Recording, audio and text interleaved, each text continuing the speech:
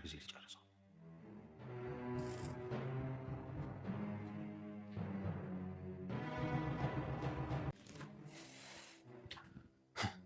ሁለት ንጉስ አንድ ቤት ውስጥ አይኖርም።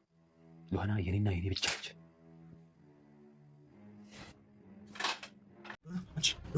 አረ ሚራሳቱን አቀርም የተመታችው ሎና አንቺ ደህና ነሽ? ምን ማለችሁ? ደህና ነኝ ማለኩ በድንጋጤ ነው። አረ ሚራ እየሞተች እኮ ነው። አድና ሽጉጥ እኮ መቷታል። እናንሳት እንጂ መቷታል እኮ ሚራ። ወይኔ አሁን በዚህ ወጥ ሞት ለኔ እንዴት ያለ ጥሩ አጋጣሚ ነበር። ፈጣሪ ሆይ ትወደኝ ሆነ እቺ ሚራ የሚሏትን ነቀዙ ዘርግ። አድና ምንድነው በፈዛው ናሳት እንጂ። አዎ አረ ይዛት ሂድ ወንድሜ ይዛት ሂድ።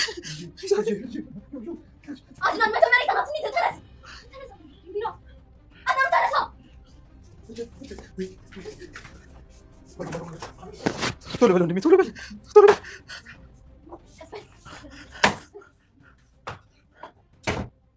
ሚራ መሞት አለባት።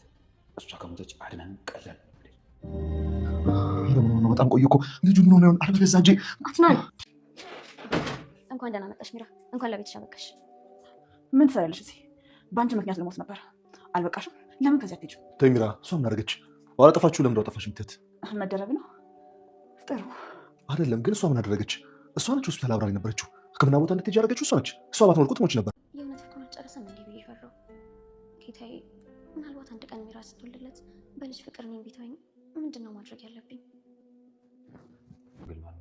ሰማላ ሮቤል፣ መናገር የምፈልገው ነገር ካለ ተናገር። አልከፍትልም። ከዚህ በር ዞር በልኝ። እሺ ልንገርሽ፣ በቃ እኔ እኮ ብቻዬን መተኛት ፈርቼ ነው። እና ምን ይሁንልህ? ሆስፒታል ሄደህ ከሚራ ጋር ተኛ። አንቺ እዚህ ያለሽ አይደል እንዴ ሉሃና? ምን እዛ ድረስ ያስኬደኛል? በጣም ሲበዛ ፌዘኛ ነው እባክህ። እዚህ እኮ ማንም የለም ሉሃና። ደግሞ አብረን ብንተኛ እኮ ማንም አይንም። በእኔና ባንቺ መሀል የሚቀር ሚስጥር ይሆናል። የማይን ሰው ባይኖር እንኳን ፈጣሪ ያኛል እኮ። ምንድን ነው የምታካብጂው? ምንም እኮ አይፈጠርም። በቃ ተቃቅፈን መተኛት ብቻ እኮ። አትሟዘዝብኝ እባክህ። ከበሬ ላይ ዞር በል ሉሃና እባክሽ። እሺ በይኝ። ጨካኙና ለወንድሙ ለእናቱ ልጅ የማይራራው ሮቤል ሉሃናና አድናንን አንድ ላይ ስላያቸው አድናን በፍጹም እሷን አታቱንም ሉሃና የኔና የኔ ብቻ ናት በማለት እያፏቀቀ ዌልቸር ላይ ያለ ይመስል በራሱ ላይ የሚቀልደው ሮቤል ወይም ደግሞ ወንድሙን ለማታለል የሚጠቀምበት በዌልቸሩ እያፏቀቀ ወደ ኪችን በመመለስ ቢላ ይዞ መጥቶ ወንድሙን ዛሬ የመጨረሻ ነው ሉሃና የኔና የኔ ብቻ ናት ያለ ቢላ አመጥቶ ሊሰካበት ወንድሙ ላይ ቆርጦ ተነሳ። ሮቤል ምን አይነት ጭካኔ ቢኖረው ነው የወንድሙን የእናቱን ልጅ ሚስት ከዚህ በፊት ሚራን የእናቱ ልጅ የአድናን ሚስት የነበረችዋን ሲያማግጥና ሲጨመላለቅ ነበር። አሁን ደግሞ ሉሃናን ወንድሙ የሚወደው በሙሉ ለሱ ይሆናል በማለት እንዳለ የኔ ካልሆኑ የሚል ሀሳብ በጣም መጥፎና ክፉ ልብ ያለው ሮቤል ወንድሙን ለመጉዳት ምን አነሳሳው? ሰላም ጤና ይስጥልኝ ውድና የተከበራችሁ በመላው ዓለም ያላችሁ ኢትዮጵያና ኤርትራውያን እግዚአብሔር ይመስገን ደህና ነኝ። ሉሃና ክፍል 25ን አብረን ያለን። የባለፈው ክፍል ሮቤል ወንድሙን አድናንን ካልገደልን እያለ ሚራ ደግሞ ለምን ሉሃናን አንገላትም እያለች በፍጹም እንደዛማ መሆን አይችልም። ታዲያ አንተ ከሉሃና ጋር ለመሆን አድናን መሞት አለበት እያልክ ነው? በፍጹም እንደሱ አይሆንም ትል ነበረ ሚራ። እናም አድናን ሮቤል ወዳለበት ወይም ደግሞ ወደ ሮቤል ክፍል ለመሄድ ፈልጎ በፍጹም አርፈ ተቀመጥ፣ ነገሮችን እንዳታባብስ፣ ነገሮችን እንዳታበላሽ፣ እዚሁ ተቀመጥ እያለችው ወይ ደግሞ በቃ እሺ አንቺ ውሃ ጭሌ በማለት ውሃ ልትቀዳ ደስ ስትሄድ እሱ ወደ ሮቤል ክፍል ይሄዳል። ሚራና ሮቤልም እሱ ሮቤል እንግደለው ይላል፣ እሷ ደግሞ ሉሃና እንግደላት እያሉ እየተነጋገሩ ያለ አድናን በሩን ብርክት አድርጎ ይገባል። ሮቤልም እንዳትጠጋኝ በማለት ሽጉጥ ይደቀናል። ሮቤል እባክህ አይሆንም እያለች ግን እንኳን መያዝ አልቻለችም ነበር። ጩኸት ስለሰማች ውሃ ልትቀዳለት ሄዳ የነበረችዋ ዘላ ወደዛ መሀል መታ ትገባለች። ሽጉጡን እንዳይተኩስ ተፈርስ እየታገሉ ሊቃሙ ያለ ወደ አድናን የተተኮሰ ይመስል ነበር። ነገር ግን የተተኮሰው ወደ ሚራ ነበር። ያለቀው እዚህ ላይ ነበር። ቀጣዩን ክፍል አብረን አድናንም ሉሃና እያለ ራሷን ስለሳተች ለመቀስቀስ ሲሞክር ሚራ ሳትሆን አትቀርም የተመታችውን ነበር። ዌልቸር ላይ ሆኖ ሮቤል መንቀሳቀስ እንደማይችል ከዌልቸር ላይ እንዳይንቀሳቀስ ወንድሙ እንዳይነቃበት ምንም ሉሃና ማለቱን ይቀጥላል። ሮቤልም ኧረ እባክህ ሚራ እየሞተች ነው ነበር። እናም በድንጋጤ ነው እኔ ደህና ነኝ በማለት ትነሳና ሚራን አድናን እባክህ ወደ ሆስፒታል እንውሰዳት ሽጉጡ መቷታል ትል ነበር። እነሱ በተጨነቁበት ሰዓት ሮቤልም በዚህ አጋጣሚ ብትሞት ለእኔ ጥሩ አጋጣሚ ነበር ይል ነበረ። ያዘን አስመስሎ ወንድሜ እባክህ ቶሎ ወሰዳት እያለ እባ ያነቀው አይነት አስመስሎ ወንድሜ ቶሎ ወሰዳት ይል ነበረ። እነሱ ሲወጡ ይች ነቀዝ መሞት አለባት፣ እሷ ከሞተች አድናን ለእኔ ቀላል ነው ይል ነበረ ሮቤል። እናንም ሆስፒታል ከወሰዷት በኋላ ምንድነው ቶሎ አልነቃችም እንዴ ለምንድነው የማይነግሩን ይል ነበረ። በገዛ እጄ ራሴን ጉድ ሰራሁት ልጄ አንድ ነገር እንዳይሆን ይል ነበረ አድናን። ለመልካም ነገር ብታስብ ትል ነበረ ሉሃና። እንዴት ብዬ ነው በቀና ነገር የማስበው? ልጅ ላይ እኮ ነው ነፍሰ ጡር ሴት ላይ እየተኮስኩት ይል ነበር። እባክህ አትጨነቅ፣ አንተ ሆን ብለህ አላደረግከውም፣ እሷ ለመጉዳት አይደለም። ነገር ግን ሽጉጡን ሮቤል ይዞት ስለነበረ ሲታገሉ ነበር። አትተኩስም፣ ትተኩሳለህ ለመቀማት። በዛን ሰዓት ነው እንግዲህ ሜራ ላይ የተተኮሰው። አናንና ሉናም አንተ ደር እኔ ልደር እየተባሉ ይነጋገሩ ነበር። አንተ እዛ ቤት ብትሄድ ይሻላል፣ እሱ ደግሞ ቤት ሄጄ ከምጨነቅ እባክሽ እዚህ ባድር ይሻለኛል፣ እኔ ምልህን ነው መስማት ያለብህ ትል ነበር ሉና። ሮቤልም ሉና ወደ ቤት ተመልሳ ልብስ ለማቀበል ስለመጣች መጣሽ እንደ የኔ ቆንጆ የሆነ ነገር ሆነሻል ብዬ ተጨንቄ ነበር ይል ነበረ። እኔ ምን ሆናለሁ የተመቻችሁ ሜራ ናት እንደው ነገር ግን አንቺ መስለሽ ነበር። ስትወርቂ እኮ ልቤ ሁለት ቦታ ነበር የተከፈለው። ሮቤል እባክህ ሜራ አደጋ ውስጥ ነች ትል ነበረ ሉና። ሮቤልም ዋናው አንቺ ደህና መሆንሽ ነው። ምን አይነት ልብ ነው ያለህ? በወዱ ያለው ልጅ እኮ ያንተ ሊሆን ይችላል ትል ነበረ ሉና። በፍጹም ሊሆን አይችልም የሚል ነበረ። ሉናም እንደውም ከናን ይልቅ ከአንተ ጋር አይደል እንደ ብዙ ጊዜ ስታሳልፍ የነበረው አብራ ስትቀደም አይደል የነበረው ትል ነበረ። ሉና ስለተረገዘ ይወለዳል፣ እኛ እኮ ይወለድ የሚል ነበረ። ስለተረገዘ ግን ይወለዳል። ስለዚህ አብራ ትተኛ መሆን ነበር። ይህ ልጁ ያንተ ሊሆን ይችላል። አፉ እየተንተባተበ እኔ መውለድ አልችልም፣ ለዛ ነው እርግጠኛ ሆንኩት ይል ነበር። ምን ማለት ነው ትል ነበረ። እንዴት ሊሆን ይችላል ትል ነበረ ሉና። ሮቤልም እግሬ ስለተጎዳ ምርመራ ሳደርግ መውለድ እንደማልችል ነግረውኛል። አላመነችውም እና አሁንም ራሱ ለመዋሸትና ለመደበቅ ትሞክራለህ እንዴ? ለማንም የማትሆን ክፉና ጨካኝ ሰው ነህ ታውቃለች እንዴ? ትል ነበረ ሉና። ሮቤልም አያውቅም አታውቅም፣ አናን ግን ያውቃል ይል ነበር። እና ለዛ ነው አናን ልጁ እሱ እንደሆነ እርግጠኛ የሆነው ትል ነበረ ሉና። ለወንድሙ ቀና ነገር የማይመኘውና የማያስበው ሮቤልም ሉናን እሱ በፍጹም እንደገና ድጋሚ ከሚስቱ ይወዳታል አየሽ፣ ፍቅሩ አልወጣለትም። እሱ ሆስፒታል አንድ ቀን የሞት ማደር አይፈልግም። ስለዚህ ስለሚወዳት አይደል እሷ ጋር ማደር ይፈልገው። በሶስት አንድ ቀን ሆስፒታል ከሚያደር 10 ቀን ቢታሰር ይመርጣል ይል ነበር። ሉናን ልቧ ወደ አድናንን እንደምትወደው ስለገባው አድናንን እንድትጠላው ለማድረግ አካባቢ እባክህ ስለጨነቀው ነው እዛ ልደር ያለው። አይመስለኝም፣ ፍቅሩ ሙሉ ለሙሉ አልወጣለትም። አሁንም ያፈቅራታል። ሉናም ለአድናን ልብሱን ይዛ ሄዳ ትሰጧለች።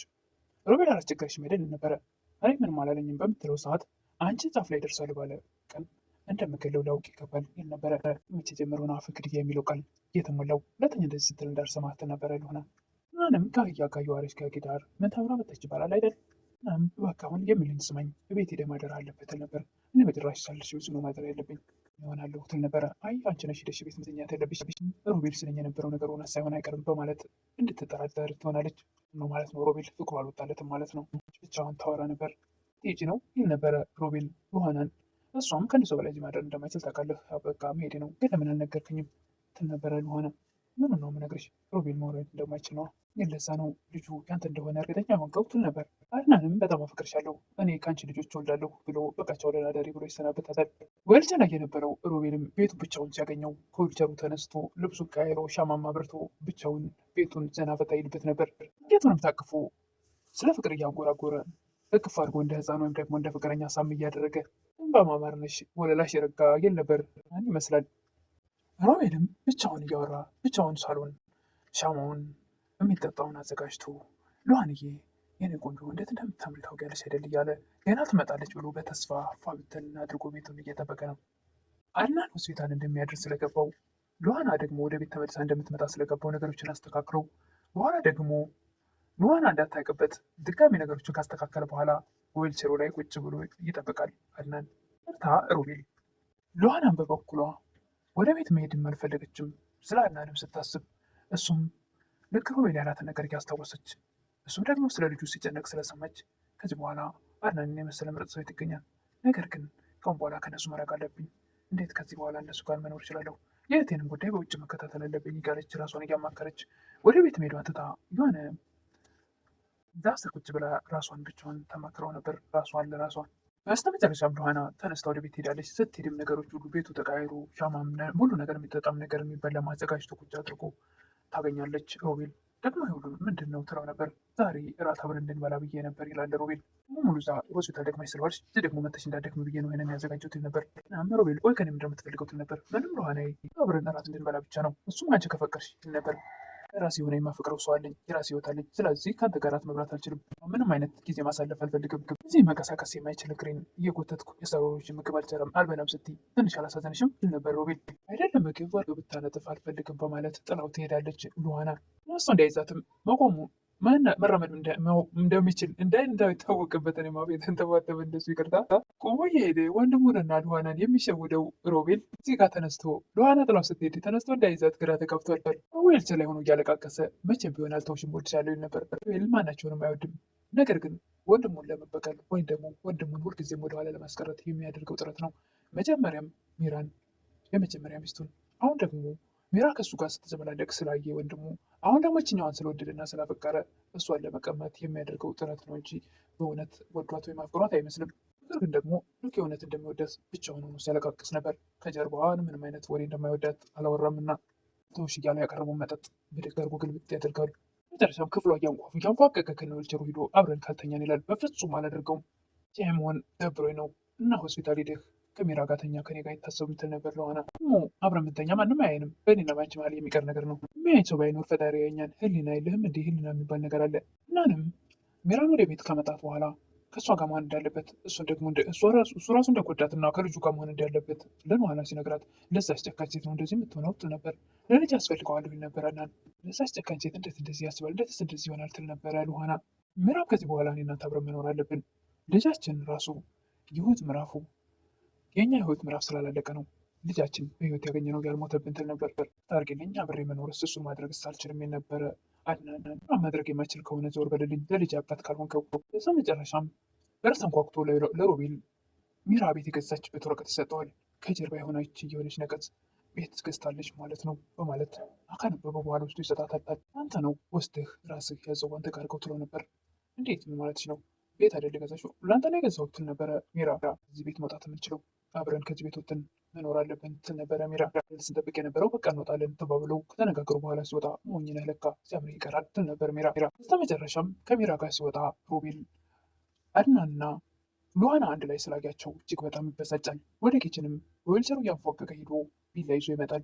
ሉሃና የኔና የኔ ብቻ ናት በማለት እጅግ በጣም ተበሳጭቷል። ሮቤል የሆነ ሁሉ የሚያምረው ሮቤል እንድም በሌላም ወንድሙን ለመጉዳት የሚፈልገው ሮቤል ንጉስ አንድ ቤት ውስጥ አይኖርም፣ ሉሃና የኔና የኔ ብቻ ናት ማለት አይኑን አፍጥጦና ጥርሱን እየነከሰ በዌልቸሩ ላይ እያንፏቀቀ ቢላ ይዞ ሄደ።